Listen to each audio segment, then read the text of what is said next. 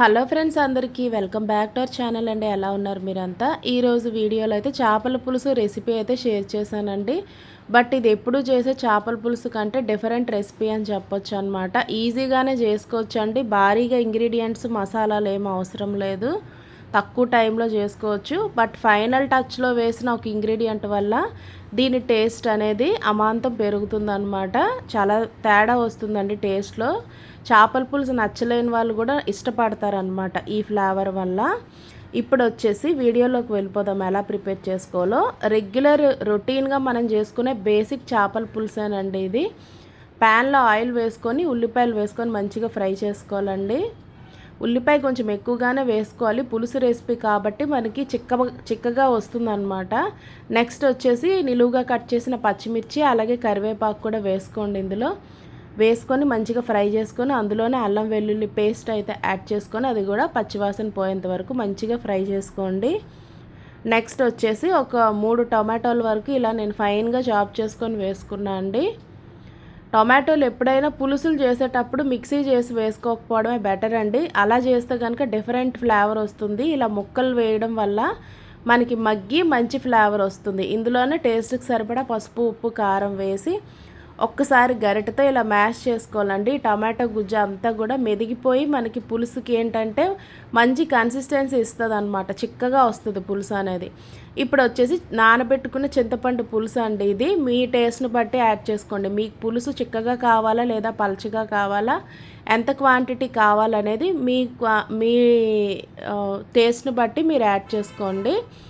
ఇది ఇలా మరుగుతూ ఉన్నప్పుడు ఇలా చాప్ ముక్కలన్నిటినీ కూడా ఇలా 1 బై 1 స్లోగా వేసేసుకోవాలన్నమాట.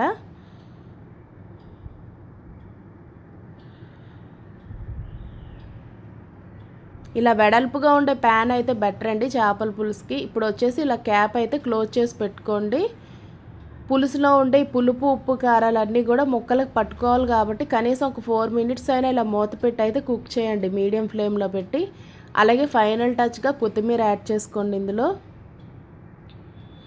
ఇలా కలిపేసుకోవాలండి. గరిటె యూజ్ చేయకుండా పులుసు అంతటిని కూడా ఈవెన్గా కలుపుకోవాలన్నమాట. ఫైనల్ టచ్గా ఇక్కడ గరం మసాలా పౌడర్ కూడా యాడ్ చేసుకున్నామండి. ఇది కూడా పెట్టాక ఒక 2 మినిట్స్ ఇలా మనం పులుసులో ఈ గరం మసాలా అన్నీ కలిసేటట్టు వేసుకోండి. ఇదేంటనేది మీరు ఇప్పటికే ఎక్స్పెక్ట్ చేసి ఉంటారండి. ఇది ఆవకాయ పైన తేలే నూనె అన్నమాట. మన సమ్మర్లో ఆవకాయ పెట్టుకుంటాం కదా ప్రతి ఒక్కరిమి. సో అంతా అయిపోయిన తర్వాత ఫైనల్ టచ్గా ఇలా ఆవకాయ ఆయిల్ వేయడం వల్ల దీని టేస్ట్ అనేది చాలా ఎన్హాన్స్ అవుతుందండి. ఇంకా చేపలు నచ్చలేని వాళ్ళు, పులుసు నచ్చలేని వాళ్ళు కూడా చాలా లొట్టలు వేసుకుంటూ తినేస్తారనమాట. ఒకసారి ట్రై చేయండి. నేను ఎప్పుడు చేయలేదండి ఈ రెసిపీ, ఫస్ట్ టైం అనమాట. బట్ టేస్ట్ మాత్రం అల్టిమేట్ అండి. మన ఆవకాయలో యూజ్ చేసే ఆవపిండి అలాగే నువ్వుల నూనె అన్నీ వేస్తాం కదండి. ఉప్పు, కారం అలాగే మామిడికాయలు ఉండే పులుపు అంతా కూడా ఈ ఆయిల్లోకి రావడం వల్ల ఇది మనం చేప ముక్కల్లో వేయడం వల్ల టేస్ట్ అనేది అమాంతం పెరుగుతుంది. మనం చికెన్ పచ్చడి అవి తింటాం కదండి, మీకు ఆ ఫ్లేవర్స్ ఎలా అనిపిస్తాయి సేమ్ ఇది కూడా అలానే అనిపిస్తుందండి. పులుసు అనేటప్పటికి చాలామంది తినరండి, పిల్లలు కూడా ఇష్టపడరు. బట్ ఇలా కనుక చేస్తే కనుక నచ్చలేని వాళ్ళు కూడా నచ్చుతారండి. అలాగే టైం ఎక్కువ పట్టదు, మసాలాలు కూడా ఎక్కువ పట్టవండి. ఈజీగా ప్రిపేర్ చేసుకోవచ్చు. ఆవకాయ ప్రతి ఇంట్లో పెడతారు కదండి సమ్మర్లో. సో ఈ సీజన్లో అయితే ట్రై చేయండి. ఇలా చేసుకోవచ్చు అనమాట. చూస్తున్నారు కదా ఎంత యమ్మీగా ఉందో చూడడానికి. కలర్ఫుల్గా మనం వేసిన ఆవకాయ ఆయిల్ అంతా కూడా పైకి ఫ్లోట్ అయ్యి, వేసింది తక్కువ ఆయిలే కానీ మంచిగా వచ్చిందండి. చూడడానికి కూడా చాలా బాగుందన్నమాట. టేస్ట్ కూడా యమ్మీ అని చెప్పాలి.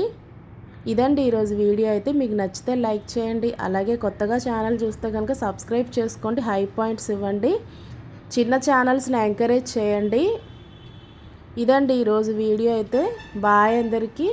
Please do subscribe and do follow for more videos. Bye.